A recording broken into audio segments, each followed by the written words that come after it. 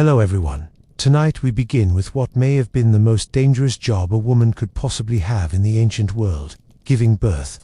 To bring life into the world often meant standing with one foot already in the grave. From bleeding to death on a clay floor, to being cut open after dying just so the baby could be pulled out, to quietly enduring agony while people whispered that too much screaming might attract demons. Childbirth wasn't just painful.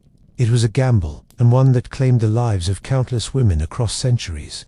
Imagine the scene, the air thick with incense to ward off spirits, a circle of midwives murmuring charms, and the mother biting down on cloth to keep her voice low. No anesthetics, no safe wards of white hospital beds, just blood, bone, whispered prayers, and the hope that mother and child might both survive the night. Take a moment to like the video and subscribe, but only if you actually enjoy this strange little corner of history we're building here together. This is a space where the past is raw, unpolished, and sometimes difficult to hear.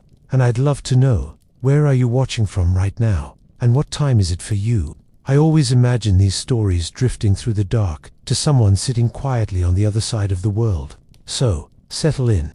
Maybe dim the lights, pour a cup of tea, and let the background noise of your room carry you deeper. Tonight, we're stepping quietly into the chamber where childbirth meant blood, silence, and survival, where life and death pressed so closely together that sometimes it was hard to tell where one ended and the other began.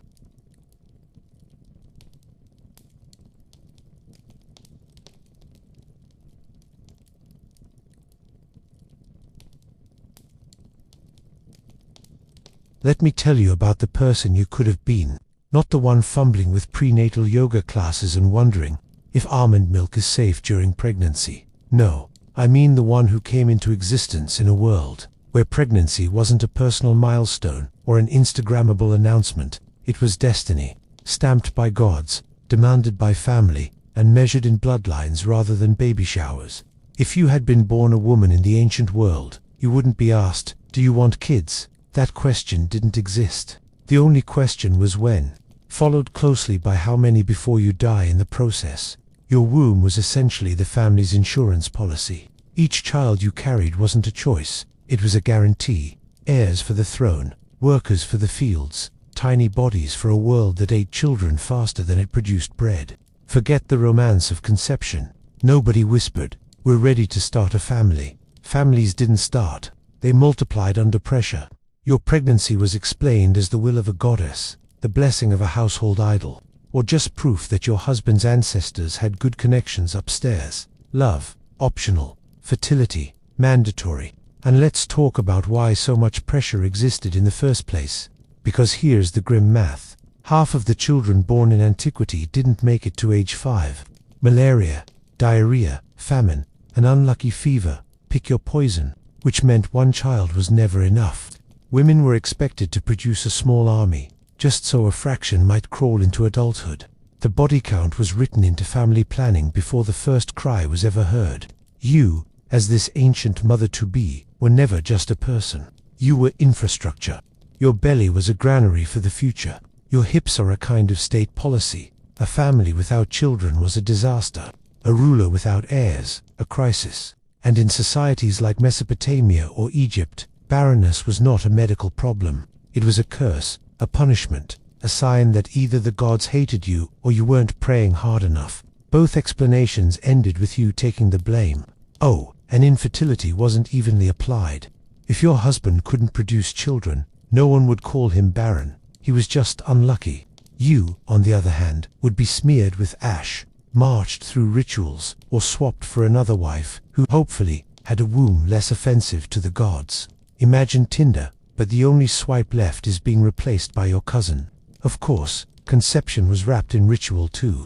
Amulets, offerings, even animal sacrifices were thought to coax fertility spirits. In Greece, women prayed to Eileithyia, goddess of childbirth, while in India it was Shashi, a six-headed protector of infants.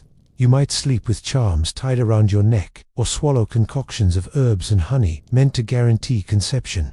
Half medicine, half magic, and entirely a gamble. So before you ever felt a kick in your belly, you were already a political tool, a spiritual pawn, and a piece of reproductive machinery. There was no applause for your sacrifice, no gender reveal party, no balloons, just a silent understanding that if you didn't conceive, or conceived too few, the future of your family, maybe even your entire village, collapsed with you. And that's just a conception. You haven't even started bleeding yet. Which brings us to what happens when the body actually begins the long, brutal marathon of carrying life, and why the real danger was only just getting started. And here's the part no one tells you when they're busy congratulating you on your divine fertility. The truth is, you're walking into one of the deadliest experiences of your life. Not a war, not a famine, not even the occasional plague of frogs. No, it's childbirth itself. Forget dragons and battles. The thing most likely to kill you in antiquity was giving life. Statistically, your chances weren't exactly encouraging. Depending on the time and place, anywhere from 1 in 10 to 1 in 3 women died from childbirth-related complications. Think about that. Every time you felt a contraction, you were basically flipping a coin with death and hoping the midwife's lucky charm hadn't expired. And yet, it was all swept under the rug. Maternal mortality wasn't really discussed. It was simply expected. Because here's the trick. Ancient societies didn't count women's deaths the same way. They counted men's. A soldier dies in battle. He's carved in stone, remembered in songs. A woman dies in childbirth. It's tragic, but also, well, that's what she was there for. Nobody raised monuments for the women who bled out on the dirt floor while their baby cried for half an hour before joining them. And if you did die, your family grieved, sure, but they also immediately started strategizing. Who could replace you? Who would nurse the child? The machine had to keep going, and that machine was hungry. Let's talk about the causes, because they weren't subtle. Hemorrhage, the body simply pouring out more blood than it could afford to lose. Obstructed labor, the baby stuck, unable to pass through, hours turning into days of agony until either the mother or the child, often both, didn't make it. Then there were infections, the slow burn of puerperal fever, creeping in from unwashed hands, dirty cloths, or tools that had last been rinsed in the same river where people did laundry and sacrificed goats. No antibiotics, no blood transfusions, no sterile gauze. Your best-case scenario was herbal remedies, prayers, and maybe a little opium or beer to dull the pain. Worst-case scenario, you were conscious enough to realize you weren't going to make it, while your midwife whispered frantic invocations to the goddess of childbirth, as if she were picking up customer service calls. The eerie part. Everyone knew these risks. Entire generations watched their mothers, aunts, or neighbors vanish into the silence of childbirth. It wasn't rare, it was routine. And yet, the silence around it was deafening. No one carved mortality rates into temple walls. No epic poems detailed the battlefield of the birthing stool. It was as if women were expected to march into this blood-soaked ordeal quietly, like it was just another chore, somewhere between grinding grain and fetching water. And if you survived, congratulations, but don't relax, because surviving once didn't mean surviving twice. You'd be expected to do it again, and again, and again, until either your body gave out, or your luck did. Survival wasn't the finish line, it was just an intermission. So yes, while the men strutted in armor and claimed their divine right to die dramatically, your war was fought in silence, in smoke-filled rooms, on bloodied mats, with mortality hovering at the door like an uninvited relative who never forgets to drop by. And unlike the soldiers, you didn't get songs. You got statistics buried in silence. And yet, the risk didn't stop anyone from expecting more children, which means the moment you survived one ordeal, another was already being calculated in the background. Because pregnancy wasn't the end of danger, it was only the beginning of a countdown. So you've survived conception, and for now, death hasn't collected his toll. But let's not pop any jars of honey wine just yet. Because pregnancy itself, those 9 long months, was a gamble that made modern risks look like luxury problems. No ultrasounds, no folic acid supplements, no friendly midwife telling you the baby's heartbeat sounds perfect. Just guesswork, superstition, and a body navigating blind. Morning sickness. That wasn't a quirky sign of hormones, it was a suspicious omen. Some said it meant that gods were unsettled. Others claimed it revealed the baby's sex. Your cravings, not cute. They were interpreted as divine hints, cosmic clues about your womb's contents. And if you miscarried, well, clearly you angered someone in the divine bureaucracy. The fault rarely landed anywhere but squarely on your shoulders. And here's the chilling detail. Miscarriages weren't rare accidents. They were constant, unavoidable, brutally common. Without prenatal care, infections, malnutrition, or simply the body's own fragility meant many pregnancies ended in silence, sometimes even before you realized you were carrying. Modern medicine calls it spontaneous abortion. Ancient people called it fate, curses, or evidence that your husband needed a second wife. Even if things went smoothly, there was no certainty the child would live, let alone thrive. There was no way to track growth, no check to make sure the baby was in the right position, no detection of complications like preeclampsia or gestational diabetes. You, swollen, exhausted, and nauseated, just trudged along, carrying a future that might or might not see daylight. And the weight wasn't only physical. Every hiccup of your body became public commentary. Women's wombs weren't private. They were monitored, whispered about, politicized. If your belly didn't swell fast enough, neighbors speculated. If it swelled too quickly, whispers of twins, or worse, deformity. And let's not forget food. Diet wasn't designed around prenatal care. It was designed around survival. If your community had bread, you ate bread. If famine struck, you ate less bread. Malnutrition haunted pregnancy like a shadow, increasing risks of underweight babies, stillbirths, or mothers too weak to withstand labor. A modern doctor might have prescribed iron tablets. You got amulets carved with protective spells, or a brew of herbs that might calm nausea, or might kill you. A roll of the dice with every sip. The eerie humor of it all.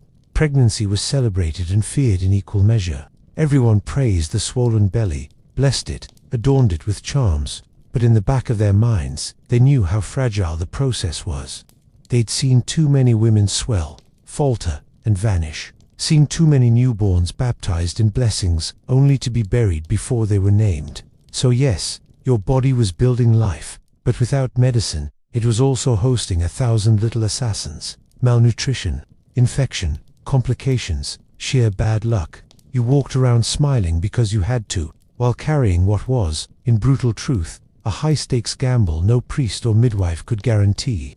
And the real stage for this gamble wasn't even pregnancy itself. The real blood and silence waited at the moment of delivery, when all the omens, herbs, and whispered prayers collided with the terrifying reality of where births actually took place. Picture it. You're not in a sterile white hospital. No monitors, no epidurals, humming like background angels. No.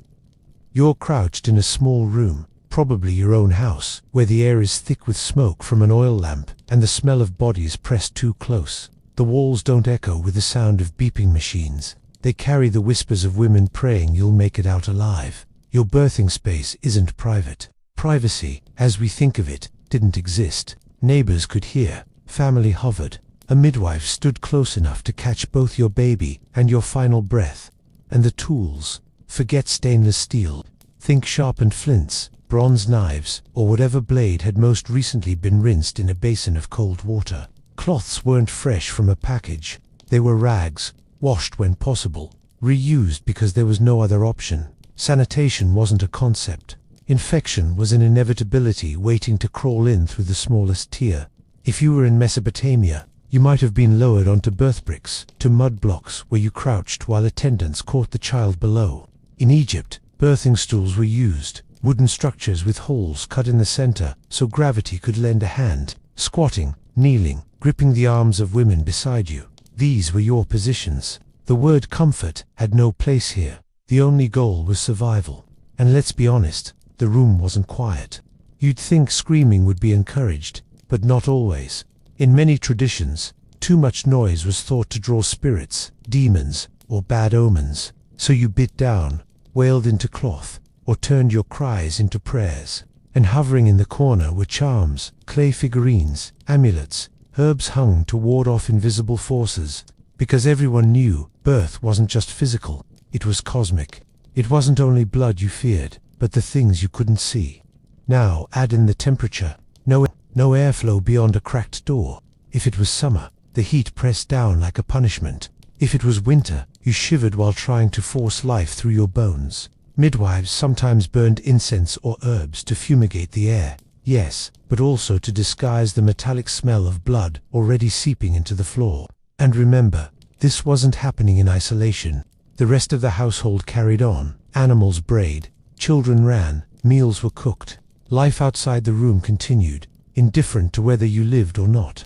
You were simultaneously the most important person in the house and the easiest to replace. So here you are, crouched, sweating, bleeding, surrounded by smoke, ritual, and the sound of women coaxing you toward either motherhood or death. This is the birthing environment. Not holy in the way temples are holy, but sacred in a darker sense, a place where blood, silence, and fate converged. And right beside you, guiding, praying, sometimes failing, were the figures who held all the knowledge women had managed to keep alive, the ones who stitched generations together without ever getting their names carved in stone. If you were lucky, someone older and far less terrified than you would be crouched at your side. The midwife. She wasn't a doctor, those didn't exist yet in any recognizable form, but she was as close to medicine as most women would ever get. Her training came from repetition. She had seen births before, sometimes hundreds, and carried that knowledge in her hands, in her memory, in the whispered instructions passed down from one woman to another. In Mesopotamia, she might have arrived with amulets of protective goddesses, chanting invocations to Ninhursag or Gula while rubbing oil on your swollen belly. In ancient Egypt, she would place small charms under your bed, figures of Tuaret, the hippo-shaped goddess of childbirth, who looked less like a benevolent protector and more like a drunk animal spirit guarding you with sheer stubbornness. Meanwhile, in Greece, midwives invoked Eileithyia, goddess of safe delivery, sometimes offering cakes and sacrifices at her shrines in exchange for a smooth labor. If you'd been born in the Indus Valley or later in Hindu tradition, midwives often worked with rituals to Shashi, the six-headed goddess who guarded mothers and infants. Offerings of rice, fruit, or even dolls were made to secure her favor. In early China, midwives relied on a mixture of herbal poultices and Taoist charms to protect against gui, malevolent spirits believed to hover around pregnant women like carrion birds. But no matter the culture, the reality was the same. Midwives straddled the line between medicine and magic. They applied practical measures, rubbing the belly to help contractions, massaging, cutting the cord with sharpened tools and spiritual ones, whispering incantations, or placing herbs in the corners of the room to ward off death. Their authority was immense during labor, but limited everywhere else. They weren't celebrated with monuments, nor recorded in official histories. A successful delivery was credited to the gods. A failure, whispered down to the mother's sins, the family's misfortunes, or sometimes the midwife's incompetence. She carried both reverence and suspicion in equal measure, and these women weren't immune to risk themselves. With every birth they attended, they were exposed to the same blood, the same infections, the same spirits everyone feared. Many midwives died younger than the women they served. Yet without them, childbirth was nearly impossible. They were both guardians and scapegoats, moving through society in a strange liminal space, respected when you needed them, forgotten once you didn't. And because no one could control the outcome, the midwife's role often extended into performance. She had to look confident, speak with authority, even if she knew the mother was unlikely to survive. The room required her calm, even when her own hands were shaking. So, imagine it again, you, writhing in pain, sweat pooling, blood already beginning to stain the floor. Beside you, an older woman with lines carved deep into her face, chanting the name of a goddess with one hand and reaching for a flint blade with the other. She is your guide, your protector, your last fragile hope. And as you scream into cloth, she reminds you to stay quiet, because pain was not just flesh, but also spiritual. Too much sound, they said, could draw unwelcome attention, which takes us directly into the strangest demand of all, giving birth not only in agony, but in silence. Now comes the part no charm or midwife could soften: pain. Let's be clear, labor without modern medicine wasn't intense, it was catastrophic. There were no epidurals, no gas and air, no morphine drips humming in the background. At best, you might get a mouthful of beer, some opium if you lived in Mesopotamia, or a handful of herbs that dulled your senses about as effectively as a weak cup of tea. For the vast majority of women, pain was unfiltered, bone-rattling, and taken as part of the bargain. But here's the unsettling twist. Not only were you expected to endure the pain, you were often expected to endure it quietly. In many cultures, screaming too loudly was thought to attract demons, spirits, or simply bad luck. The logic was simple. Noise draws attention, and you really didn't want supernatural attention when your body was already splitting itself open. So you bit into cloth, clutched at your midwife's arm, or chanted prayers instead of howling. In ancient Rome, silence had another layer. Stoicism was admired, even in childbirth. A woman screaming was not only suffering, she was failing in dignity. The ideal Roman matron labored with grit, a living statue, her pain muffled by discipline. And in parts of India, vocalizing too much pain was seen as weakness, something that could dishonor the family. So even in agony, women were reminded to behave. Of course, that doesn't mean everyone stayed quiet. Archaeological records and written accounts make it clear. Childbirth was noisy, bloody, and terrifying. Attendants sometimes joined in with chants or ritual cries, partly to mask the mother's screams, partly to confuse evil spirits thought to be lurking around. In some parts of Africa, rhythmic drumming accompanied birth. A beat meant both to encourage the mother and scare away the invisible. Pain had to be dressed in rhythm or ritual, but rarely allowed to be just pain, and you would be in the thick of it. Contractions clawing through your body, blood pooling under you, the midwife whispering, "Breathe," while you tried not to black out. The room reeked of sweat, smoke, and iron. Your fingernails left marks on the wooden stool, on your sister's arm, on whatever you could grip while your body split itself in half to push life out. But heaven forbid you curse or scream too loud.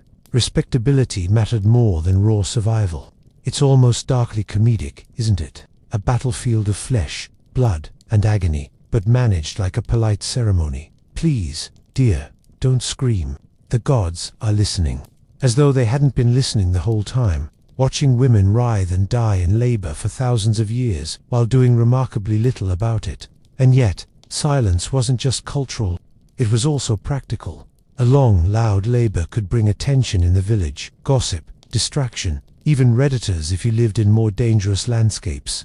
The less sound you made, the safer the illusion that all was well, which meant women carried their agony inward, swallowed their screams, and sometimes died with clenched jaws, never permitted to let the world hear the full truth of what childbirth really cost. And if you thought pain and silence were the height of absurdity, wait until you hear about the positions you were forced into and the techniques used to hurry the process along. Let's just say comfort was never a priority. If you're imagining yourself stretched out on a bed, legs propped with clean sheets, let's correct that picture. Beds were for the wealthy, for the sick, or for the dead. Birth was not something you lounged through, it was something you endured, often crouched, supported, or quite literally forced into gravity's grip. The most common position was squatting. It made sense, it widened the pelvis, allowed gravity to help, and gave attendants easier access. But sensible didn't mean comfortable. You might be lowered onto blocks of clay, like in Mesopotamian houses, or onto a wooden stool with a hole in the center, common across Europe and Asia for centuries. Your knees burned, your thighs quivered, and your back screamed while others pressed down on your shoulders to keep you steady. In some parts of sub-Saharan Africa, kneeling on mats was common, the woman supported from behind by another relative, almost like a human brace. Among the Maya, women often delivered in a half-sitting position, clinging to a rope with the hands of attendants, while midwives pressed on the belly to force the child out.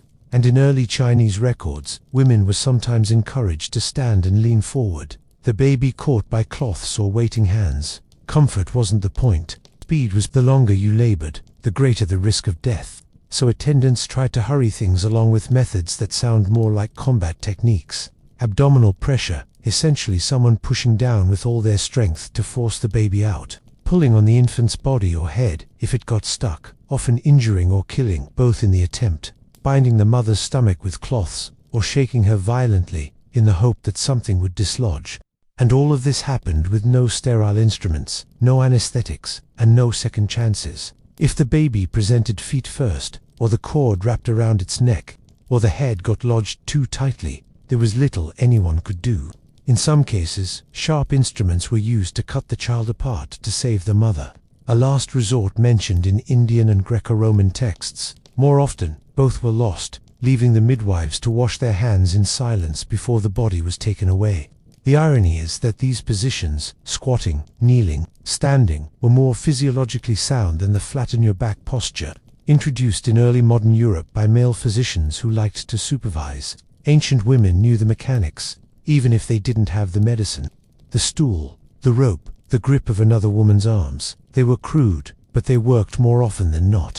Still, imagine yourself in that moment, crouched over blocks, sweat dripping, attendants shouting instructions while someone presses on your belly like they're kneading bread dough. You are exposed, in agony, and desperately aware that one wrong movement could decide the difference between life and death. And once the child slipped free, if it did, the ordeal was far from finished. Because then came the red tide of blood, the silent killer that stalked even the strongest women. So the baby has finally emerged, squirming, slippery, maybe even screaming, a miracle by any standard. But don't relax, because the real danger isn't always the birth itself. It's what comes after. Blood, too much of it, flowing in sheets, soaking the ground, pouring out faster than anyone can stop. You see, hemorrhage was one of the most common killers of mothers across history. The body that had just endured hours, sometimes days, of violent contractions could suddenly collapse into shock, bleeding out before attendants even realized how much had been lost. In a world without transfusions, without clamps, without sterile gauze, blood loss was basically a coin toss with fate, and fate didn't play fair. There were no precise measurements, no charts, no medical monitors, only eyes guessing at whether the color on the floor was alarming or just typical. Midwives might press cloths against the body, tie strips of fabric around the abdomen, or stuffed herbs believed to staunch bleeding.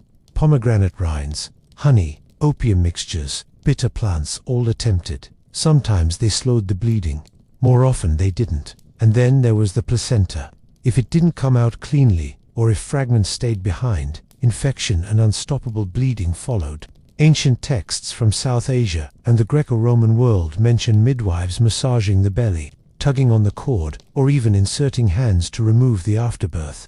Brutal interventions, painful beyond description, and often fatal. It wasn't always violent. Sometimes it was quiet, slow, a woman drifting pale and cold while those around her tried prayers and charms. Give her warm broth, one culture would say. Whisper the goddess's name into her ear, another advised. But once the bleeding began, survival depended less on ritual and more on sheer luck. And the numbers were merciless. In many pre-modern societies, maternal mortality reached 1,000 deaths for every 100,000 births. By comparison, in wealthier countries today, it's fewer than 10. Imagine every village you know, each with a graveyard lined with women whose bodies failed not in war, not in famine, but on the mat where they bore children. The eerie irony. Blood was both feared and sacred. It was life-giving and life-ending at once. In some traditions, menstrual and birth blood was seen as ritually polluting, handled with taboos. In others, it was the mark of power, linked to fertility deities and cycles of life. Either way, the woman caught in the flood wasn't treated as a patient. She was a vessel, exalted, used, and discarded in silence when the red tide drowned her.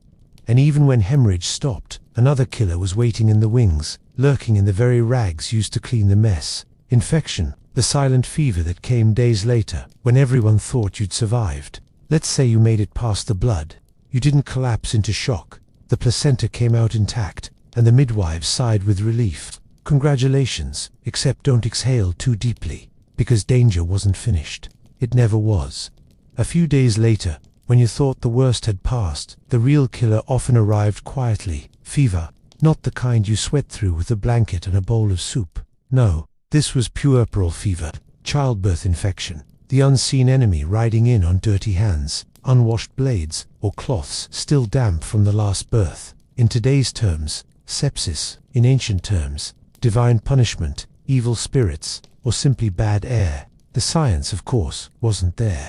Nobody knew about bacteria. Nobody understood hygiene. The midwife who helped you was also helping others, moving from one delivery to the next with no soap, no boiled water, no sterile instruments. If she rinsed her hands at all, it was in the same basin where laundry was done or animals drank. The result? Pathogens slipped into torn flesh and open wombs like thieves in the night, and the symptoms were unmistakable: chills, sweating, then the heat rising, delirium setting in, the body trembling with pain.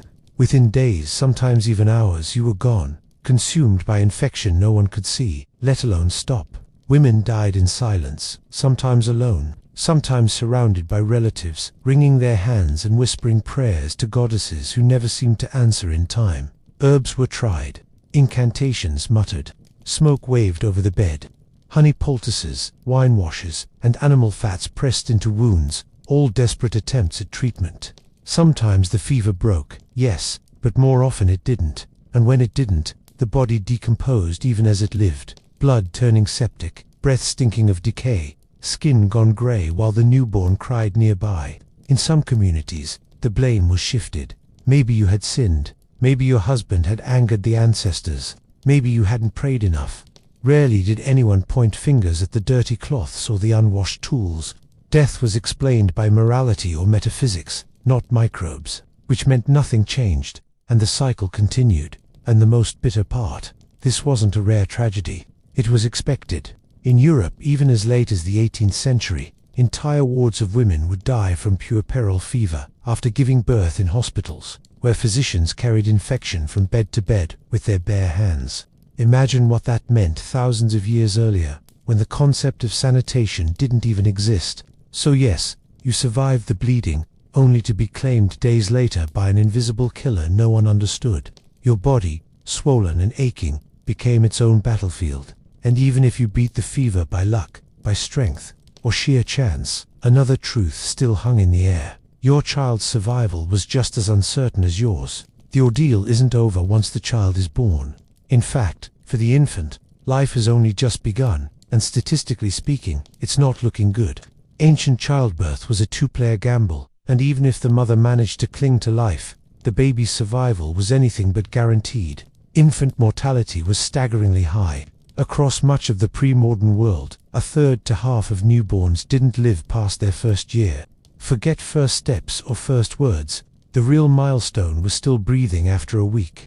That's why in many cultures, naming rituals were delayed. No one wanted to invest too much hope until the child proved it could outlast the first days. In Roman households, babies weren't officially accepted into the family until a ceremony on the 8th or 9th day, when survival seemed slightly less improbable. Prematurity, of course, was almost a death sentence. Without incubators, oxygen, or specialized feeding, a baby born too early simply couldn't survive. Mothers tried wrapping them in warm cloths, feeding them drops of honey water, whispering prayers, but more often than not, the tiny body slipped away, and when it did, the explanation wasn't medical. It was the God's will, or a curse, or simply the child's destiny. But even full-term babies faced endless dangers. No sterilized clamps for cutting the cord, just knives, shells, or sharp stones that often carried infection. No safe formula if breastfeeding failed instead. Goat's milk, diluted gruel, or chewed bread spat into the infant's mouth, each a cocktail of bacteria that could kill before the baby ever learned to crawl. And if the newborn didn't cry right away, the attendants panicked, shaking, rubbing, even blowing into its mouth. Some survived the rough handling. Many didn't. Disease stalked every cradle. Diarrhea, fevers, respiratory infections, simple ailments we dismiss today were often fatal. Ancient records from China to the Andes note charms and protective rituals hung above cradles. Not because people were superstitious fools, but because experience taught them how fragile life truly was. Spirits were blamed for sudden death, but the truth was more ordinary and more brutal. No sanitation, no medicine, no immunity. And through it all, the silence hung heavy. Infant death was common, but never easy. Mothers wept, midwives muttered apologies, fathers sometimes didn't even look at the body. Grief was folded into daily life, normalized by sheer repetition. You lost one child, then another, then tried again. Because children weren't optional, they were survival itself. The cruel irony was that even if the baby survived those fragile first weeks, the risks didn't end. Every infection, every famine, every mosquito was another roll of the dice. Childhood itself was a gauntlet, and few made it through unscarred.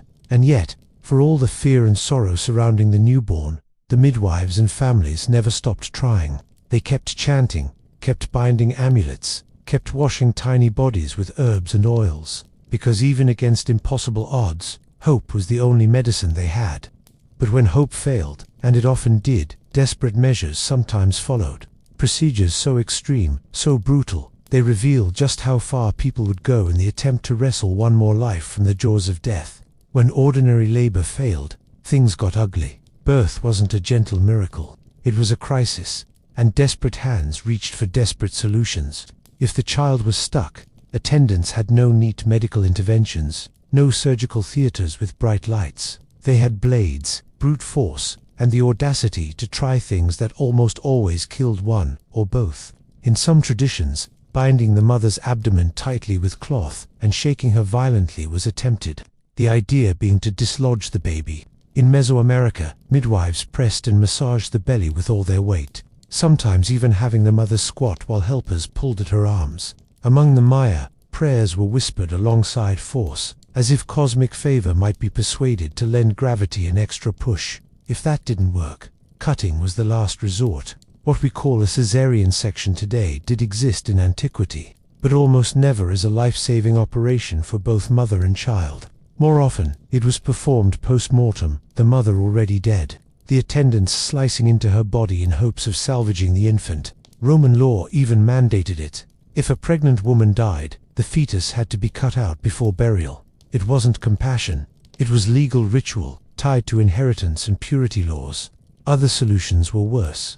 Texts from the Hippocratic corpus described the grim reality of craniotomy, crushing or cutting apart the infant in the womb to extract it, piece by piece, if delivery seemed impossible. The rationale: better to save the mother than lose both. Imagine the horror of that decision, the midwife's hands stained with blood, while the mother writhed or faded in and out of consciousness. The room filled with cries that were anything but divine. And yet, it wasn't all butchery. Some communities leaned heavily on ritual, believing intervention should be more spiritual than surgical. In South Asia, priests recited hymns over obstructed labors, sprinkling water infused with mantras, hoping to coax the baby out peacefully. In sub-Saharan Africa, certain groups invoked ancestors, calling on lineage spirits to open the way. Practical success was rare, but the attempt mattered for hope, if nothing else. Still, for every chant, there was a knife waiting. The blunt truth is that ancient emergency medicine almost never worked. Mothers bled to death, babies suffocated, and the midwives, powerless, washed their hands in water that would soon carry infection to the next household. Survival was luck disguised as divine will, and through all of it, the mother's suffering was rarely the center of the story. She was a vessel, her body a battlefield, her pain folded into ritual, politics, and inheritance. If she lived, she was praised as strong. If she died, she was mourned briefly and replaced swiftly. The infant, if it lived, became the new focus, the future, the continuation of bloodline or labor force. But beneath every ritual and every desperate cut lingered the same fear. There were forces unseen, spirits that watched over childbirth with either mercy or malice, which leads us straight into the other half of this story, the supernatural explanations that people clung to when medicine failed. When birth went wrong, and it often did, explanations weren't drawn from anatomy or microbes. They came from gods, spirits, and whatever invisible bureaucracy people believed ran the universe. Childbirth was never just physical, it was cosmic. A successful delivery meant the gods smiled on you. A failed one, someone, somewhere, had been offended. Take the ancient Greeks. They placed the fate of every contraction in the hands of Eileithyia, goddess of labor. Shrines to her dotted the landscape, and women prayed, sacrificed cakes, or whispered her name during labor, hoping she'd untie the knots in the womb. In India, mothers turned to Shashi, the six-headed goddess who protected infants, often honored with offerings of rice and fruit after birth. Across West Africa, fertility deities were invoked with drumming, chants, and protective charms hung near the birthing space. Spirits, it was thought, hovered hungrily around mothers and newborns, eager to snatch fragile life. And there was always an arsenal of amulets. In the Near East, clay figurines of protective demons were buried under floors or placed near beds. In the Andes, women drank herbal brews infused with coca or tobacco, while midwives muttered incantations to mountain spirits, guardians of fertility and death alike. In early China, talismans scrawled with Taoist characters were burned, the ashes mixed into water and swallowed to ward off hostile gui. Every object in the room, a necklace, a carved figurine, a painted pot, could double as a shield against whatever unseen hand might be pulling on the umbilical cord from the other side. Of course, not all supernatural beliefs were protective. Some were accusatory. A stillbirth might be blamed on a witch's curse. Prolonged labor could be explained as divine punishment for the family's sins. A fever after childbirth wasn't sepsis, it was pollution clinging to the woman's body. The explanations were comforting in their own way, because they made tragedy seem orderly, caused by intention rather than chaos. But they also placed a cruel burden on women, who became not just victims of biology, but suspects of moral failure. And don't forget the rituals that blurred the line between medicine and theater. Incantations muttered into the belly, spells carved on walls, protective circles drawn in ash. In some cultures, the room itself became a sacred stage, with midwives as both healers and priests, commanding spirits out loud, while their hands worked silently in the blood. What strikes hardest is how universal these beliefs were.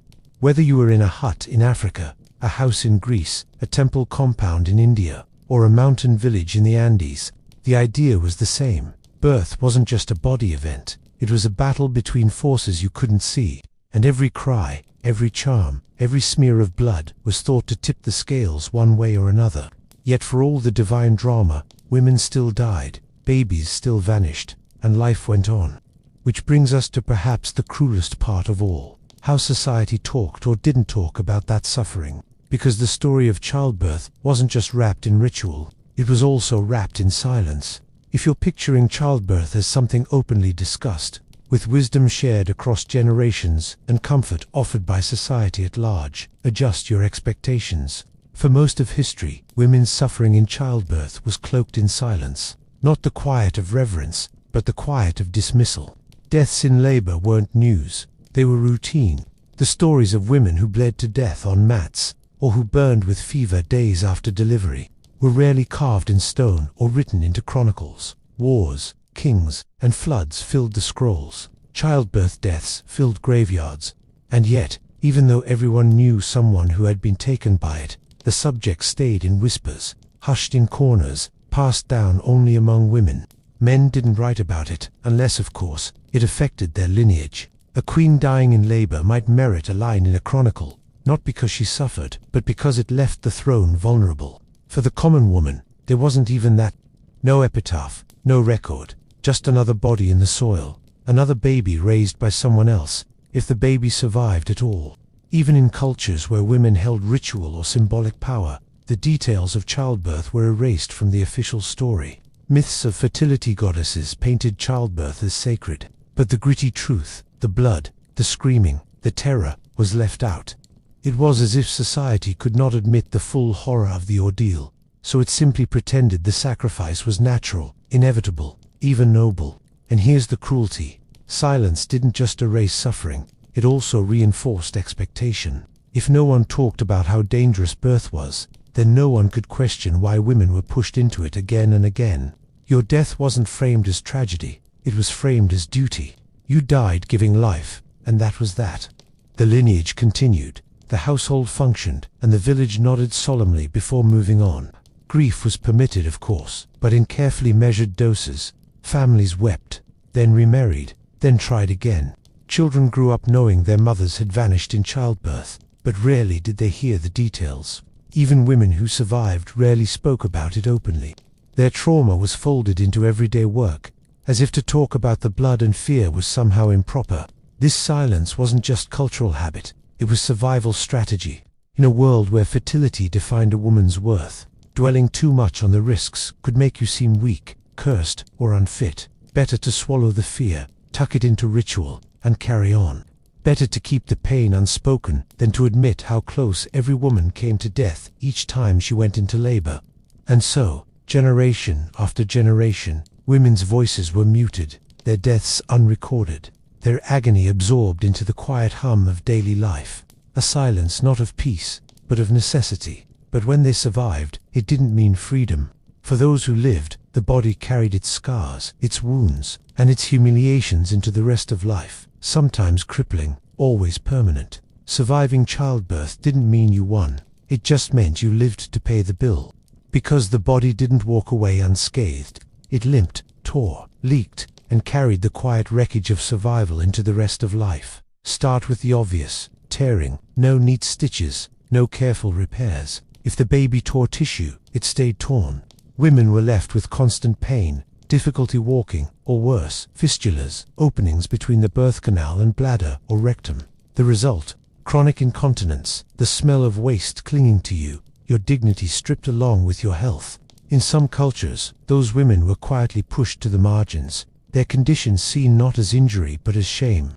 Then there was prolapse, when muscles weakened and organs shifted, sometimes even protruding outside the body. Imagine dragging that through a lifetime of field work, grinding grain, hauling water, and yet, women did, because they had to. There was no rest, no rehabilitation, no doctors waiting with sympathetic faces. Only another pregnancy, another cycle, until the body finally collapsed for good. And the long-term damage didn't just stay physical. Malnutrition during pregnancy could leave women weakened permanently. Repeated births, often spaced less than 2 years apart, drained the body to exhaustion. In medieval Europe, they called it milk fever when women died from infection after delivery. In truth, it was just the body saying, "I've had enough." Even those who endured without major injury weren't free. They were expected to return to work almost immediately. The child needed feeding, the fields needed tending, the household didn't pause. In many places, the only confinement was ritual, a period of purification, not recovery. Women were labeled ritually unclean for weeks after delivery, isolated not for healing but to protect others from their pollution. And then there was the social pressure. Survive one childbirth, and congratulations, you'd be expected to do it again. Over and over, a woman's body wasn't seen as finite. It was a resource to be mined until it broke. If you stopped producing, whether from injury, infertility, or simple exhaustion, your value dropped. Husbands remarried. Households shifted. You became a background figure while younger. Fertile women took your place. It's almost funny, in a grim way. Men earned glory from scars on the battlefield, parading them as proof of honor. Women carried childbirth scars in silence, often hidden, often mocked, never celebrated. Your prolapse didn't get carved into stone. Your fistula didn't inspire an epic. You simply endured, and that endurance fed the cycle. Because the suffering of survivors wasn't spoken, the risks stayed invisible. Every girl grew up watching mothers and aunts survive, or not survive, but rarely hearing the unvarnished truth. Survival wasn't triumph. It was another round in a long war against the body, against chance, against silence. Yet, even with the scars, even with the exhaustion, women returned to the cycle, because children were needed, because survival of the family depended on it. And because, no matter how broken you were, society demanded another heir, another worker, another life. But the story doesn't stop with survivors. For those who didn't survive, for the women who vanished into childbirth's shadow, the silence was pierced only by replacement, another wife, another womb. The cycle demanded continuation, and it lasted until modern medicine finally tipped the scales. The terrifying truth is that for most of human history, childbirth was less a celebration and more a recurring lottery where the odds were stacked against you, and the jackpot, simply not dying. That's it. No balloons, no champagne, just breathing when it was over. From Mesopotamia to the Andes, the risks didn't change much. Different gods, different charms, same grim statistics. You could be in a Roman villa or a mud hut in West Africa, and the odds of dying in childbirth weren't wildly different. The variables were diet, luck, and maybe the skill of a midwife with steady hands. Everything else was chaos wrapped in ritual. Numbers make it clear. In pre-modern societies, maternal mortality ranged between 1 and 3% per birth. That sounds small until you remember most women gave birth 5, 10, even 15 times. Multiply the odds, and you realize nearly every family buried mothers, and infant mortality. Even worse, before the 20th century, about half of children never saw adulthood. Life wasn't cheap, it was simply precarious. And yet, the cultural narrative rarely shifted. Women's deaths were folded into duty. Infant deaths were folded into fate. The cycle rolled on, unchallenged, until very recently. It wasn't until the 19th century that physicians even realized hand-washing could prevent infection. Thank you, Semmelweis, though his colleagues mocked him into an asylum. An entire world of women might have lived if someone had just boiled a rag a few millennia earlier. By the 20th century, antibiotics, antiseptics, blood transfusions, and safer surgical techniques finally turned childbirth into something less like Russian roulette. Today, in wealthier countries, maternal mortality is in the single digits per 100,000 births. But history lingers. In many parts of the world, the risks remain high, echoing the ancient pattern: lack of access, lack of care, lack of recognition. And here's the final irony. Modern culture celebrates childbirth with glossy magazines, glowing photos, and Instagram filters. Meanwhile, for most of history, childbirth was closer to a public health crisis disguised as a family event. Women didn't glow, they hemorrhaged. Babies didn't arrive, they gambled their first breath against infection. And everyone involved knew it, yet chose silence, ritual, or prayer over admitting how merciless the odds really were. If you'd been born a woman in those times, pregnancy wasn't a personal decision, it was a sentence. If you survived it, you carried the scars forever. If you didn't, your name rarely made it into records, and the babies, half of them were lucky if they saw a second harvest. So, when you hear someone describe childbirth as the most natural thing in the world, remember that natural doesn't mean safe. For most of human history, natural meant blood on the floor, fever in the nights after, and silence filling the gaps where women's voices should have been. And that silence, more than the blood, more than the fever, more than the risks that haunted every birth, might be the loudest legacy of all.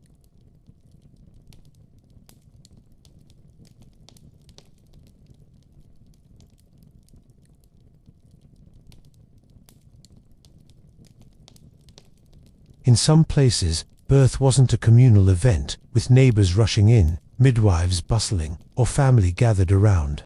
It was done alone, in silence, in shadow. A woman would leave the safety of the hearth, step beyond the circle of firelight, and deliver her child apart from everyone else. Privacy wasn't luxury, it was expectation. To scream for help would have been shameful, or worse, dangerous. Among hunter-gatherer groups, solitude carried its own logic. Mobility meant no permanent structures, no chambers for labor.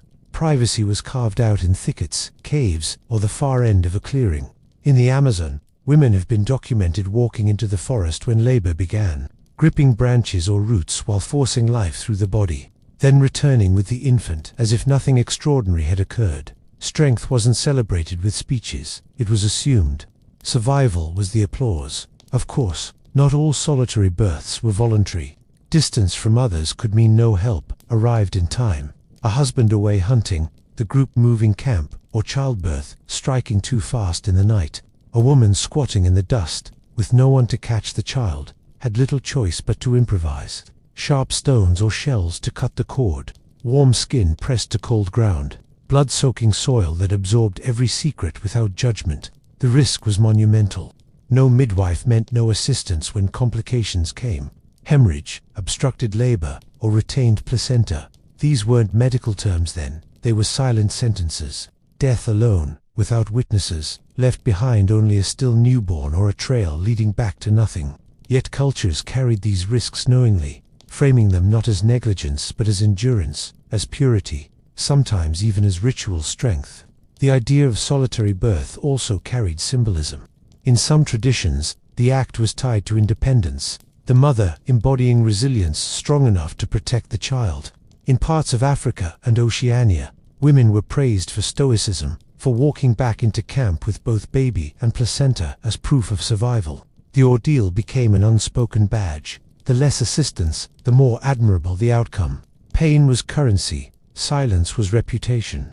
But solitude didn't always mean total abandonment. Sometimes, a figure waited nearby, not another mother, not a cluster of relatives, but a specialist of another kind. Someone who claimed to bargain with unseen forces to keep away the spirits that lurked hungrily around the threshold of birth.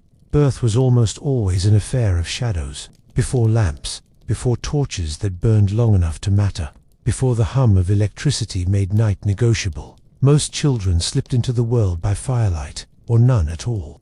Darkness wasn't just backdrop, it was part of the ritual. It enveloped the mother, concealed the body's exposure, and blurred the line between life and death. In many societies, night was safer.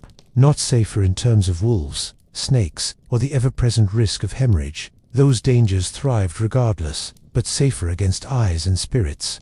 A woman crouching in dim corners, hidden from the gaze of men and neighbors, carried her ordeal without intrusion. Shadows protected modesty, but also acted as camouflage. Predators, both animal and spiritual, were believed to be drawn to the cries of labor. If you couldn't silence pain, at least you could hide it in the dark. Darkness was also symbolic.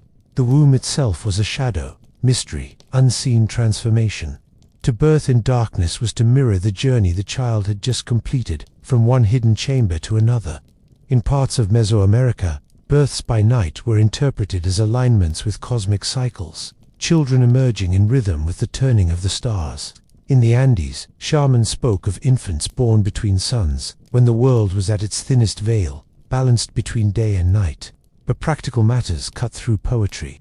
Without light, attendants guessed at blood loss, fumbling with rags and herbs in half-shadow. A cord cut by touch rather than sight. A mother's face is checked by the warmth of skin rather than color. If death came, it often came unnoticed, slow in the dark, until silence confirmed what shadows had concealed. And yet, the preference persisted. Fires were often kept small, flames banked to a glow rather than a blaze. Too much light was thought to attract spirits, the wrong kind of spirits. Across Siberia, Central Asia, and parts of Africa, women labored in rooms lit only by embers, while outside, shamans or relatives whispered protective words into the night. Light was rationed, not to save fuel, but to keep the boundary between worlds intact. For birth was never just physical. It was a cosmic theater. Darkness wasn't emptiness. It was inhabited, thick with presences. Which is why, when someone was allowed to share that space with the mother, it wasn't just anyone. It was often a figure trained to negotiate with what couldn't be seen. Someone whose voice carried more weight than hands, the shaman. When someone else stepped into the birthing space, it wasn't usually another woman with practical skill. It was the figure whose authority rested not on hands, but on voice, the shaman. In many cultures, birth wasn't seen as a private matter of flesh and blood alone. It was an open doorway, a liminal crack in the wall between the living and the spirits. And if there was an opening, something had to guard it. The shaman's role wasn't simply to help with delivery. They weren't midwives in the medical sense. Their presence was protective, their task to negotiate with invisible forces believed to circle like vultures around the mother. Labor was understood as a struggle, not only between body and child, but between the mother and the hostile spirits waiting to claim her, or the newborn, or both. Across Siberia, chants rose in small wooden huts, rhythmic syllables intended to trick, confuse, or drive away spirits. In parts of the Amazon, shamans blew tobacco smoke across the mother's body, not to dull her pain, but to form a shield against wandering entities. In the Arctic, drums were beaten steadily through the night, their resonance thought to anchor the mother's soul so it wouldn't drift during the trauma of labor. Each sound, each puff of smoke, each movement was less about comfort than about survival, in a world where unseen beings were thought just as dangerous as hemorrhage or fever. And still, the shaman's influence bled into the practical. Herbs were prepared, not only for their real effects, but for their symbolic ones. A bitter brew might help dull pain slightly, but more importantly, it was infused with words, spells, or songs that made the act of drinking itself a ritual. The line between medicine and magic didn't exist. A plant was never just a plant. It was an ally, a spirit with its own strength, borrowed to push the child out or hold the mother together. It wasn't always so solemn, either. Some shamanic practices leaned heavily into performance. Feathers, rattles, painted skin, voices shifting into otherworldly tones. The spectacle itself was part of the cure. Birth was theater, and the shaman was both stage manager and star. While the mother sweated, bled, and groaned in silence, the shaman battled invisible armies with chants and gestures, convincing everyone present that the child's arrival was not just a matter of muscles and chants, but of cosmic victory. This reliance on ritual specialists shows something crucial. People didn't see childbirth as a purely human ordeal. It was cosmological, communal, and dangerous on every level. To let a woman birth unprotected, without someone to argue with the spirits, was considered reckless, even cruel. The body was fragile, yes, but the soul was even more vulnerable. And when the struggle was framed this way, each contraction wasn't only muscle and pain, it was a round in a larger fight. The mother straining, the shaman chanting, the air thick with smoke and sound. Flesh tore, blood flowed, and alongside it, an invisible contest raged between life and death. That fight needed to be staged properly, which is why the birthing space itself was often prepared not like a sick room, but like a battlefield or a shrine. The ground was marked, objects placed, charms hung. What looked like clutter was strategy. What looked like props were weapons. Every birth was framed as a fight, not just of muscle and blood, but of forces unseen. The mother strained, yes, but she wasn't thought to be alone in the struggle. Around her lurked invisible hands tugging at her breath, shadows eager to steal the child, and ancestral presences watching closely to see whether order would be maintained or chaos would slip through. The birthing room, whether a clay hut, a forest clearing, or the corner of a smoky dwelling, became an arena of spiritual warfare. To prepare the ground, people placed objects that might look ordinary to us but were understood as weapons. Stones etched with markings, feathers of particular birds, bowls of water, herbs tied in bundles and hung over doorways.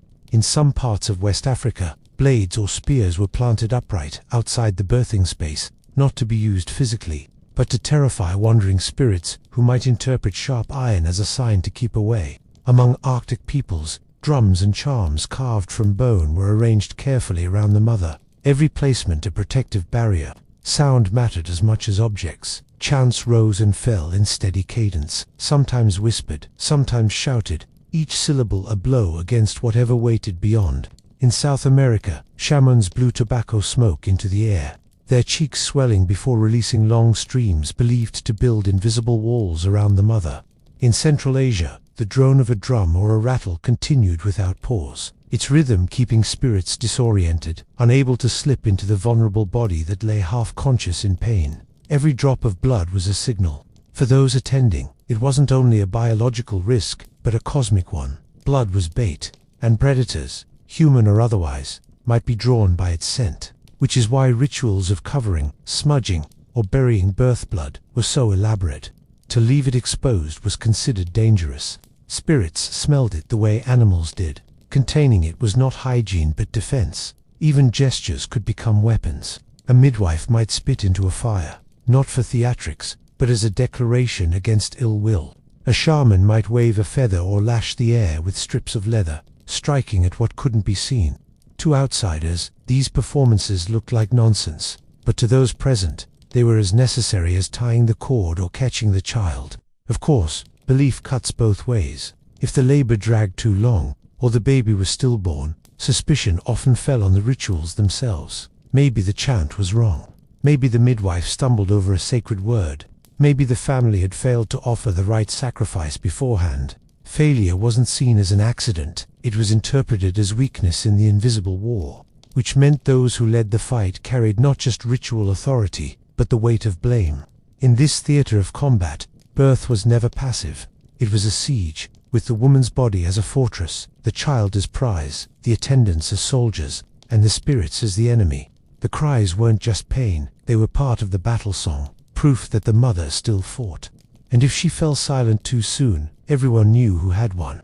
That is why ritual items weren't trivial decorations. Each one had to be precise, purposeful, drawn from a long tradition of knowledge. Objects, herbs, symbols, all became extensions of that hidden war. The space where a woman labored was rarely bare. Around her, objects were carefully arranged, each with a task, a meaning, or a threat built into its presence. Some were practical, sharpened stones, shells, or bronze knives waiting to sever the cord.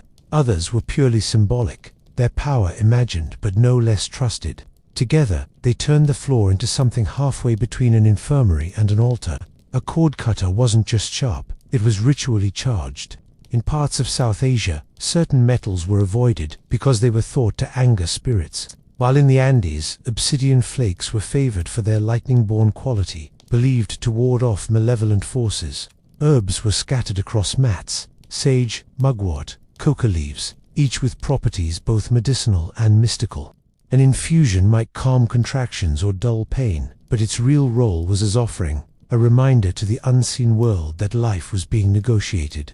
Charms often dominated the room. Clay figurines tucked into corners, small carvings of animals placed under beds, necklaces hung around the mother's neck. In Mesopotamian households, Amulets shaped like protective demons, ironically grotesque in appearance, were placed to scare away other demons thought to linger nearby. In Central Asia, iron nails were driven into the threshold of a house where birth was taking place, their presence intended to pin down hostile forces before they crossed the doorway. Smoke was another tool, rising from burning resins or herbs, curling around rafters like an invisible net. The act of smudging wasn't merely atmospheric. It was believed to confuse wandering entities, to make them stumble in the haze instead of finding the mother or child. In some Arctic groups, animal bones were added to the fire, their crackling said to mimic battle sounds that frightened away intruders from the other world. And then there were ropes and poles, not purely functional for gripping during labor, but ritually marked. A rope suspended from the rafters wasn't just a tool for a woman to clutch while squatting. It was often treated as a sacred lifeline, binding her to ancestors, pulling her through the ordeal. Wooden poles, polished smooth by many hands before hers, bore carvings that linked generations of women in shared suffering. These implements weren't random. Each culture curated a kit of objects that spoke to their understanding of birth as both physical hazard and spiritual confrontation. A knife cut a cord, yes, but also cuts ties with danger. A herb soothed pain, yes, but also bribed the spirits not to interfere. Function and belief were inseparable, woven into every object laid within reach, but tools could only assist. They didn't move the body, they didn't bear the tearing, the straining, the violence of life emerging. For that, there were only bodies, the mother's, sweating and splitting, and the positions she was forced to take, guided not by comfort but by tradition and necessity.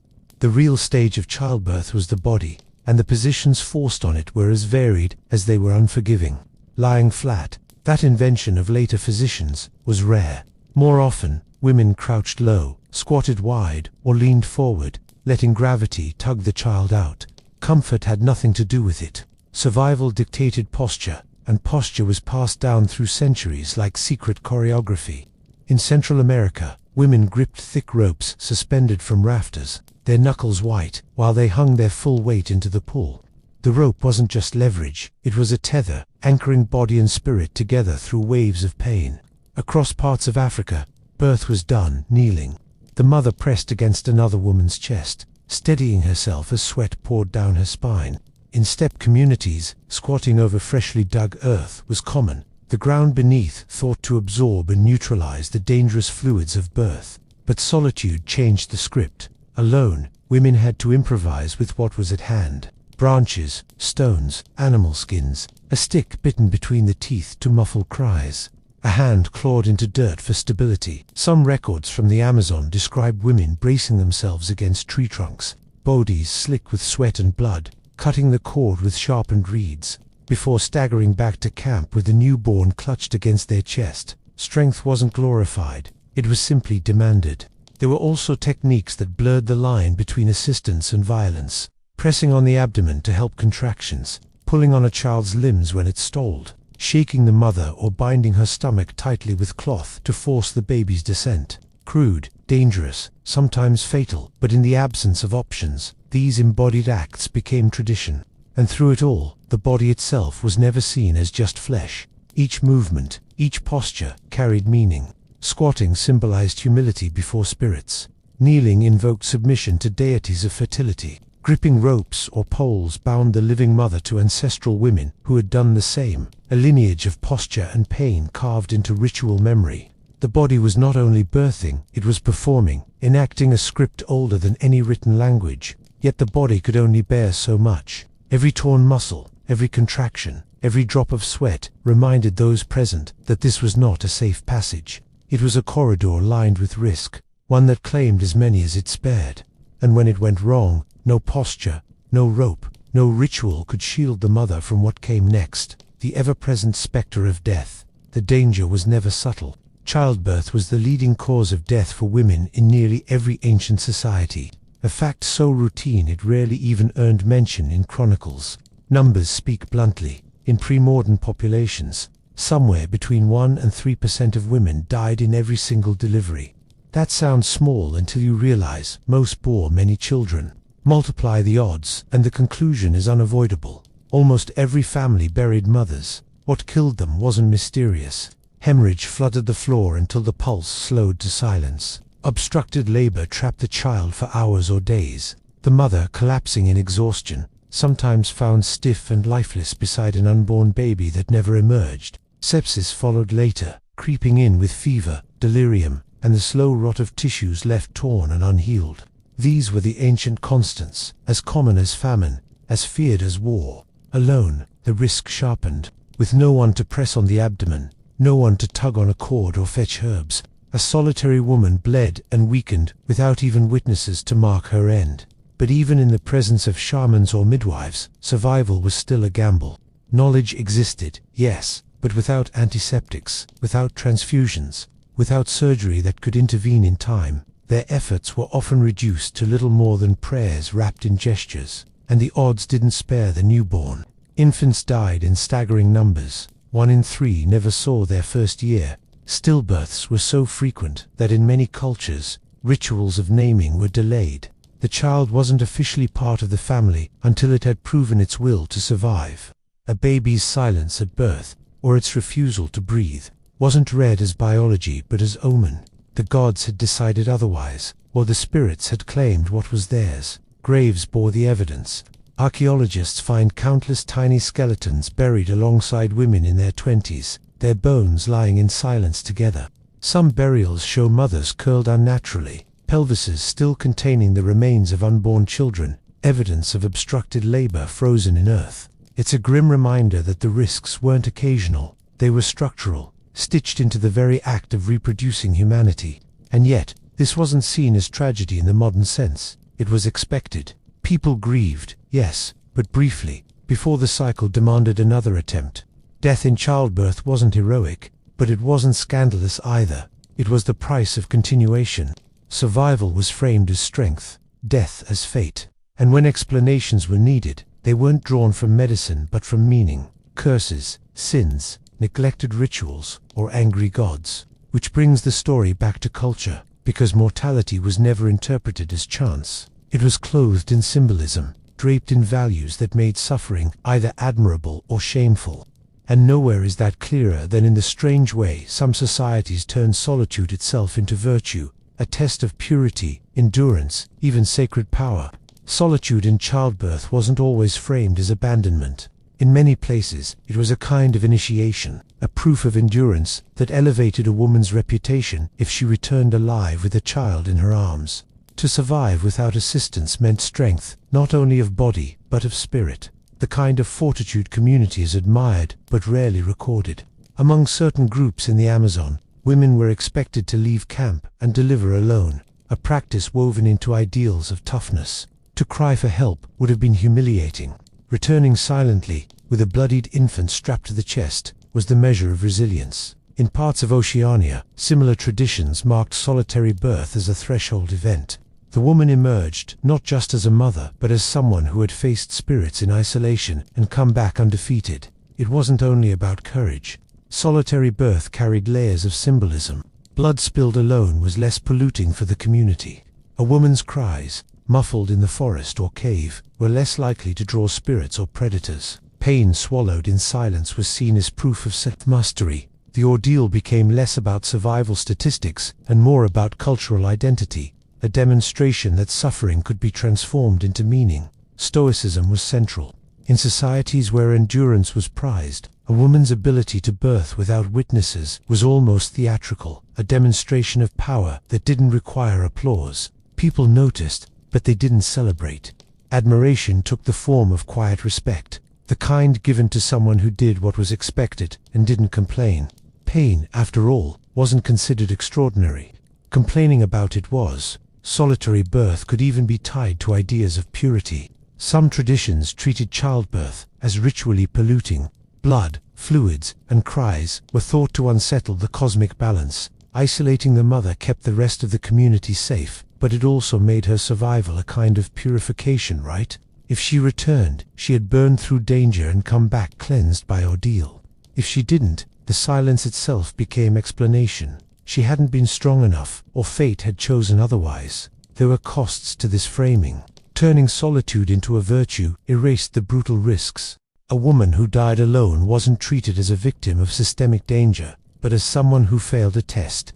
Her death could even be used as cautionary tale, a whispered reminder to others about the price of weakness. Strength was praised, weakness stigmatized, a cruel binary when the deciding factor was often random biology. Yet, the image of the solitary mother persisted across continents and centuries, not because it was safe, but because it aligned with deeper cultural logics. Survival demanded strength, purity required isolation, spirits demanded appeasement, and suffering was proof of worth. Solitude wasn't neglect, it was ideology, written on women's bodies, carved into their silence. And when those women came back into camp or village, child in arms, the ordeal wasn't over. Their return triggered rituals of reintegration, purification, and sometimes suspicion. They had crossed into the dangerous realm of blood and shadow. To step back among others, they had to be cleansed. Emerging from childbirth was never a simple return. The woman who staggered back with an infant tied against her chest wasn't immediately welcomed into the fold. She carried more than a child. She carried blood, fluids, and the residue of contact with forces that others preferred to keep at a distance. Reintegration required care, but also suspicion. In many societies, childbirth was seen as ritually contaminating. The body had crossed thresholds from life toward death, from inside to outside, from human to spirit and back again, which meant that before the mother could cook, touch sacred objects, or even sit with others, she had to be purified. In South Asia, postpartum confinement separated women for weeks, food left at the edge of their quarters until rituals of cleansing were performed. In the Arctic, new mothers observed taboos about fire, knives, and water, their actions restricted to avoid offending spirits believed to hover close after birth. Silence surrounded those who didn't survive. A woman who died in labor was buried quickly, her body often separated from ordinary graves. In some regions, the belief was that a woman who bled to death lingered between worlds, her spirit restless, drawn back again and again to the living. Families offered food, charms, or whispered prayers at her burial site, not out of reverence but out of fear. Death in childbirth wasn't simply tragic, it was unsettling, a crack in the cosmic order that required sealing. For those who lived, the return was marked with ritual, baths in herbal infusions, smoke wafted over skin, amulets tied around wrists or necks. In parts of sub-Saharan Africa, the placenta itself was buried with ceremony, its treatment believed to affect both the mother's recovery and the infant's fate. Among the Maya, offerings were made to household gods, thanking them for sparing both lives. Reintegration was not automatic. It was earned through ritual acknowledgement that the dangerous crossing had been completed. Socially, the woman's status shifted. Surviving childbirth elevated her resilience, and with each surviving child her standing grew. Yet the admiration was tempered by expectation. Endurance was the bare minimum. Pain wasn't framed as suffering, it was duty. A body that gave life repeatedly without complaint was praised. A body that faltered was whispered about. Her misfortune folded into moral judgment or cosmic blame. And even in survival, scars lingered. Chronic pain, injury, or fistulas from tearing left women struggling in silence. Yet their role in community life resumed without pause. Work in fields, grinding grain, hauling water. The rhythms of daily survival didn't wait for healing. To complain was dangerous. To stop was unthinkable. Reintegration was as much demand as it was relief. What mattered most wasn't the ordeal itself, but its outcome. Another child added to the lineage, another thread woven into the survival of the group. The woman's suffering, her silence, even her survival, were framed through that lens. She wasn't simply herself anymore. She was a mother, a role exalted, exploited, and endlessly repeated. Yet the risks never ended. For every survival, the next birth loomed, the next silence, the next ritual. Which is why the story of solitary or shaman-led childbirth isn't just a tale of the past. It's a pattern, repeating across centuries, lingering until the arrival of medicine finally tipped the odds. The practices may sound distant, but their traces linger stubbornly.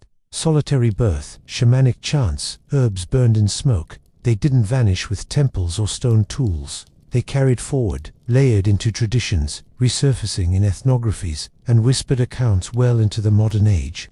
Anthropologists in the 19th and 20th centuries found women in the Amazon still walking into the forest to labor alone, returning with infants swaddled in leaves. In Siberian villages, drums continued to thrum through the night when labor dragged on. The beat as much for spirits as for the mother. In rural Africa, women were confined after birth, not only for rest but to keep their dangerous blood from spilling into communal life. The risks remained too. Maternal mortality hovered high into the 20th century, particularly where medical care was sparse. Infection, hemorrhage, obstructed labor, the same ancient killers, wearing the same faces, centuries later. In places without hospitals or midwives, childbirth remained a gamble with odds little improved from antiquity. Death in labor was still explained by curses, spirits, or fate, not bacteria or blood loss. Modern science knew the reasons. Many communities still leaned on older frameworks of meaning, and even where hospitals rose, the shadows of ritual clung on. Women wore charms tied around wrists under sterile sheets. Relatives whispered blessings in waiting rooms. In some Andean villages, offerings to mountain spirits were made outside clinics before the mother stepped inside. The past refused to be erased. It simply folded itself into new forms, adapting while holding to its old logic. What endures most isn't the ritual or the tools, but the silence.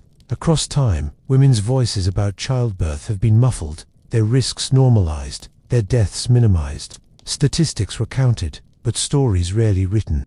What was framed as divine duty or cosmic battle was, in the end, blood and bone and chance.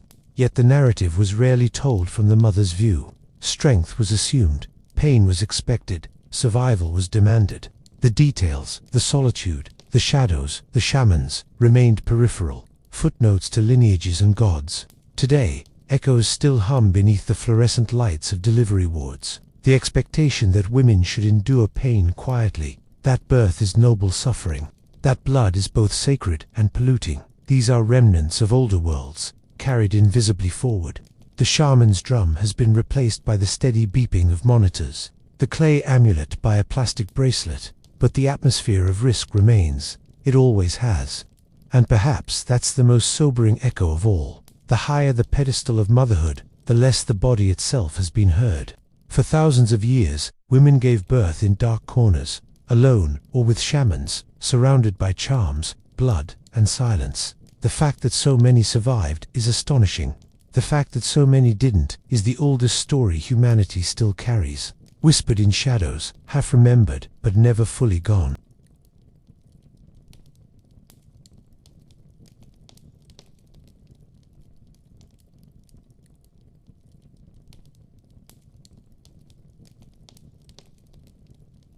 The moment a baby slid into the world, the mother was no longer just a woman. She was reclassified, almost instantly, as a dangerous presence. Her body carried fluids that were thought to blur the line between life and death, and in most places that ambiguity was unsettling.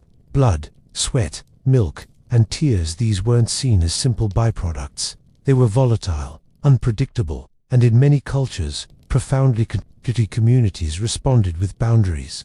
In Japan, women after delivery were kept apart, sometimes for a full month, because contact with their blood was said to upset the household spirits. Across India, mothers were described as ritually impure after birth, which meant no temple visits, no cooking, and no handling of sacred objects until purification ceremonies were performed. In parts of rural Europe, they were discouraged from even stepping into fields too soon, lest the crops wither under their shadow. The logic was rarely about hygiene in any modern sense. It was about balance. Birth was a liminal act, opening doors between the worlds of the living and the dead. A woman who had just crossed that threshold carried invisible residue from the crossing. Her touch could spoil food. Her breath could sour milk. Her presence at a ritual could offend gods who disliked being reminded that bodies leak and die.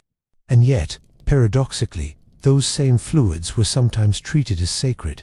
In certain sub-Saharan traditions, birth blood was buried carefully, believed to carry protective power if hidden properly. Among the Maya, the afterbirth and its fluids were linked to fertility itself, handled with ritual precision so that future harvests would thrive. The very substances called unclean in one context became holy material in another, depending entirely on how and where they were managed. This tension between pollution and purity wrapped new mothers in layers of taboo. They weren't free to move, eat, or speak as they wished. Their bodies were watched, their actions controlled, their fluids managed by ritual. What should have been simple recovery became a performance of danger. The mother was both revered and restricted, placed at the center of a symbolic storm. That storm didn't end with her. The baby, still slick with the same fluids, carried its own risks. Before it could be named or touched freely, the child also needed protection from the supposed stain of birth, which is why the days that followed were marked not by celebration, but by confinement. The days after birth were never casual. A woman didn't simply resume life, gather firewood, or cook dinner with a newborn strapped to her chest.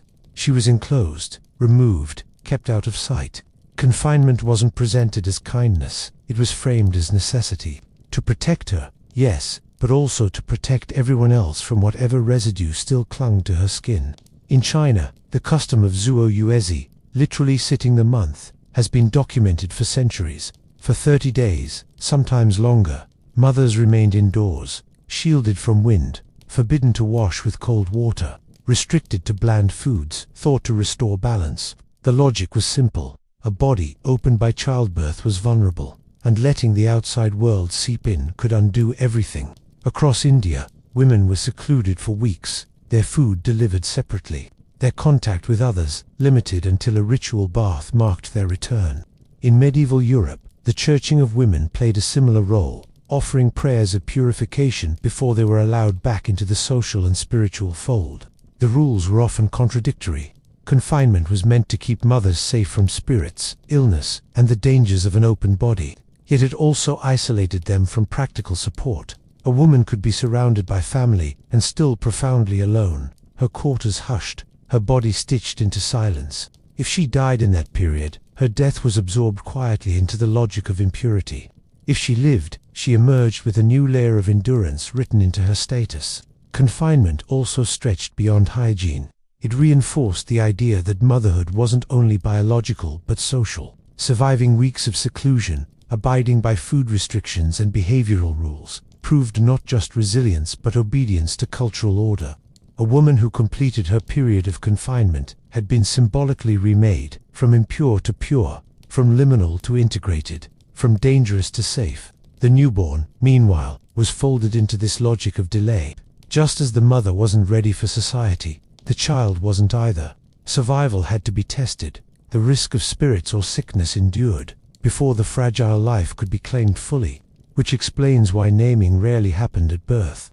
It came later, only after confinement ended, when both mother and baby were judged stable enough to be recognized. Emerging from childbirth was never as simple as drying off and moving on. Reintegration required purification, a ritual undoing of everything the body had just done. Fluids had spilled, thresholds had been crossed, and until something reset the balance, the mother was suspended in a state of danger.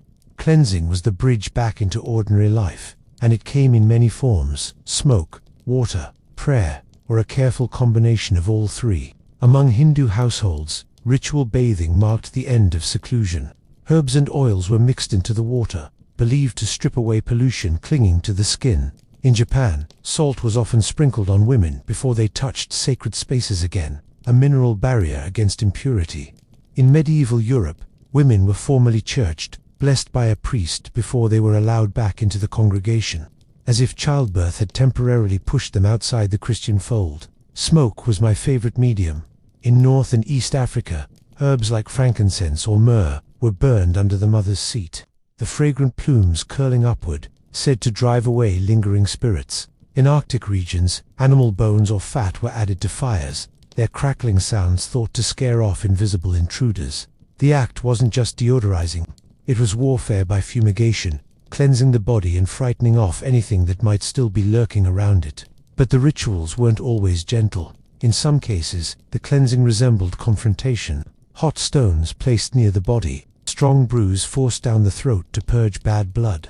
Sharp restrictions on food and drink were lifted only after ceremonies were complete.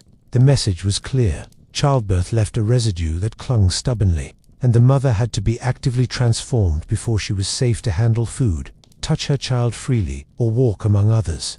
The symbolism of these cleansings wasn't lost. Birth had carried a woman into liminality, a dangerous middle space between life and death, inside and outside, pure and polluted. Rituals restored boundaries. After bathing, smoking, salting, or blessing, she was no longer a risk. She was a mother, allowed to rejoin the daily rhythms of her household. And yet, not all the ritual attention focused on her body.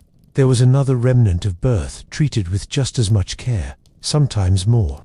The placenta, the so-called afterbirth, was rarely considered waste. It was handled like a second child, a twin that required its own rituals to prevent misfortune. The placenta has always been an awkward object, part of the body, but not quite. Discarded tissue, but never treated as mere trash. In most cultures, it carried too much meaning to be left lying round. What you did with it mattered. Handle it poorly, and misfortune would stalk both mother and child. Treat it with respect, and it could anchor the newborn's soul, protect its health, or ensure its future strength. Burial was the most common solution. In Central America, placentas were often interred beneath the house, creating a symbolic bond between child and household, a kind of subterranean tether that tied life to place. In the Andes they were buried in fields, a way of blending fertility of the womb with fertility of soil.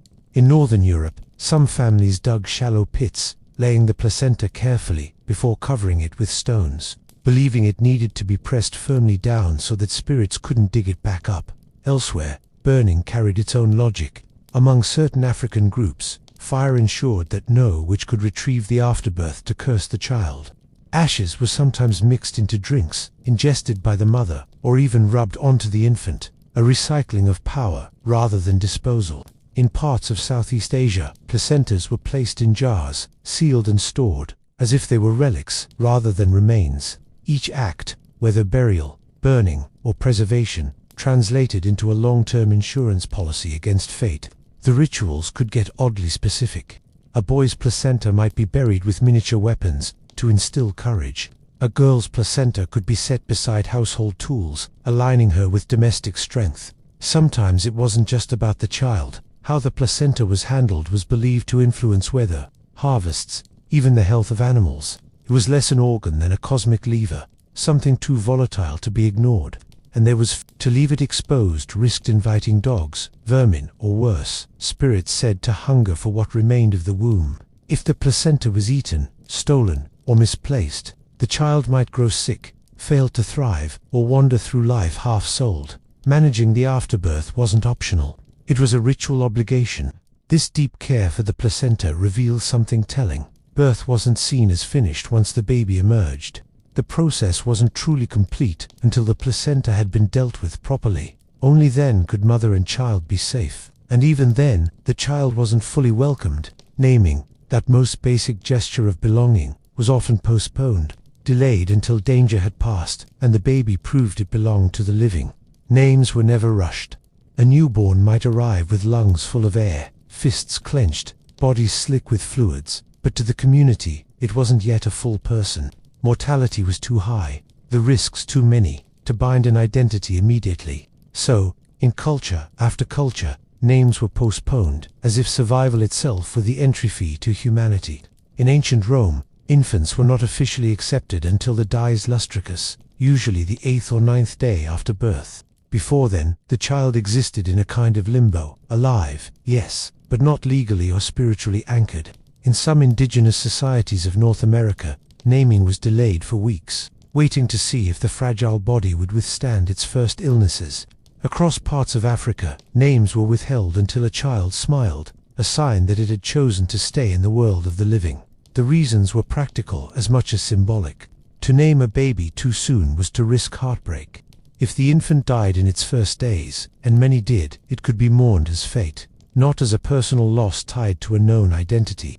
Unnamed infants were easier to let go, at least in theory. Ritual silence protected parents from binding too deeply to a life that might not last. But when the naming finally came, it was a moment of transformation. The child was no longer only flesh, but recognized being. The name linked it to ancestors, kin groups, or deities, pulling it firmly into the web of society. Some names were protective, chosen to trick spirits into leaving the child alone, calling a baby ugly or little dog so that jealous forces wouldn't steal it.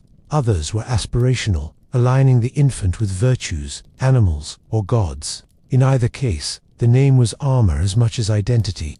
The delay also reinforced the idea that birth wasn't finished when the body emerged.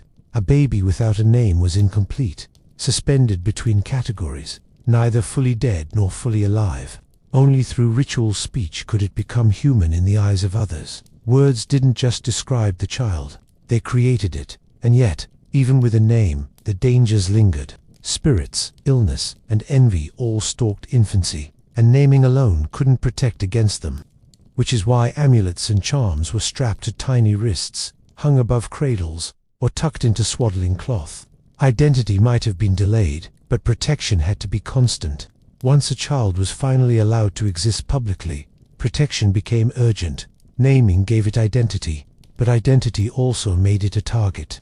The newborn was soft, fragile, and dangerously appealing to everything thought to lurk just beyond the threshold of human sight. Spirits, witches, the jealous dead, all were said to hunger for a child's breath. So tiny bodies were armored, not with metal or leather, but with charms dangling from wrists, cords tied at waists, and tokens tucked into blankets. In Egypt, faience beads shaped like eyes were strung on cords to guard against the evil gaze. In the Mediterranean, knotted red threads circled ankles or wrists, the knots themselves functioning as barriers to malevolent forces. Across West Africa, shells, claws, or teeth of animals were tied to newborns, not because they looked decorative, but because they carried the spirit of the creature's resilience. In South Asia, black coal dots were painted on babies' foreheads or cheeks, a smear of deliberate imperfection to distract spirits from noticing the beauty of the child. The logic was universal. What is fragile must be disguised, deflected, or defended. If the baby was too pretty, it needed to look flawed. If it was too small, it needed to carry a talisman of strength. If spirits prowled, the amulet stood guard. The objects didn't need to be grand, they needed to be potent. A claw, a feather, a carved figurine, each one a shield against invisible theft. Mothers, too, bore charms during this period, their bodies wrapped in beads or threads to keep spirits from clinging to them after birth. A woman might tie a small knife to her bedpost, not to use but to frighten away forces that shunned iron. Herbs might hang above her doorway, their scent both medicine and ward. The house itself became a fortress of small objects, every corner holding some protective fragment.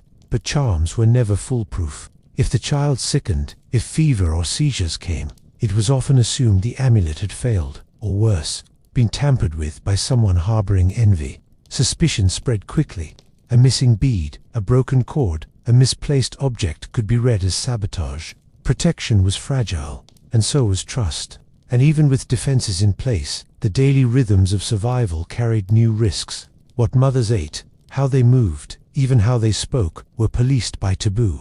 Diet wasn't just nourishment, it was thought to shape milk, growth, and the baby's fate, which is why postpartum food rules took on such rigid, sometimes brutal forms. Food after childbirth was never just food. It was prescription, taboo, and superstition rolled into a single meal plan, the kind no nutritionist would envy. What a mother ate was believed to ripple directly into her milk, her strength, and her child's fate, which meant the wrong bite could doom them both. In China's long-standing practice of zuo yuezi, women were forbidden cold foods, no fruit straight from the basket, no water unless boiled into broth. The body was said to be open, vulnerable to chill, so hot soups, fatty meats, and rice wine were prescribed to seal it back up. In South Asia, spicy foods were sometimes banned for fear they would burn the milk, while garlic or onion might be restricted lest the baby reject the taste. In parts of Africa, eggs were withheld from new mothers, the belief being that if she ate them, the child would grow into a thief. Europe wasn't kinder. In early modern households, women were warned off fresh vegetables and dairy during their lying-in period, the logic being that green foods spoiled the blood. Beer or spiced wine, however, was encouraged, because nothing says recovery quite like alcohol disguised as medicine. Dietary taboos weren't only about the child's body, they also reflected social anxieties about women. To eat incorrectly was to risk not just illness, but blame. A sick infant was rarely seen as fate. It was the mother's fault for breaking a rule, eating the wrong thing, or defying custom. Even hunger was politicized. women who disobeyed food taboos could be accused of selfishness, prioritizing appetite over motherhood. Still, these rules offered a form of control. Communities couldn't prevent hemorrhage or infection, but they could monitor a mother's plate. Restriction became reassurance. If she followed the taboos, she had done her part to protect the child. If tragedy struck anyway, at least order had been maintained. And while her diet was narrowed, so too were her actions. Eating was only one piece of the postpartum script. Movement, touch, even speech were wrapped in prohibitions. A mother was powerful and dangerous all at once, and that meant her behavior had to be contained. Once a woman had given birth, her body wasn't just watched, her behavior was patrolled. The rules could be suffocating, and they weren't always about recovery. They were about managing a person who had stepped too close to dangerous thresholds and therefore had to be tightly monitored until the balance was restored. In India, new mothers were often barred from entering kitchens or temples. Food they touched could be considered polluted, prayers they spoke tainted. In medieval Europe, women were kept from attending Mass until a priest had formally cleansed them. Childbirth alone was enough to mark them as temporarily unfit for the sacred. In Arctic communities, even the way a woman handled tools was policed. A knife held incorrectly, or water drawn in the wrong vessel, could anger spirits who might punish the household through illness or famine. Silence itself became a rule. Some groups restricted how much a woman could speak during her confinement, believing that words carried extra weight in this liminal state. If she cursed, the child might sicken. If she spoke carelessly, spirits might overhear. In certain regions of Africa, a mother was discouraged from speaking her child's name aloud in its early days, lest the utterance attract jealous forces who prowled for the newly born. And while some of these rules were framed as protection, they doubled neatly as control. A mother was physically weak, ritually dangerous, and socially vulnerable, the perfect excuse to dictate her actions. She might be told not to leave her quarters, not to wash her own body, not to touch men, animals, or even water without supervision. The idea of autonomy evaporated. Her presence was conditional, tolerated only if carefully managed.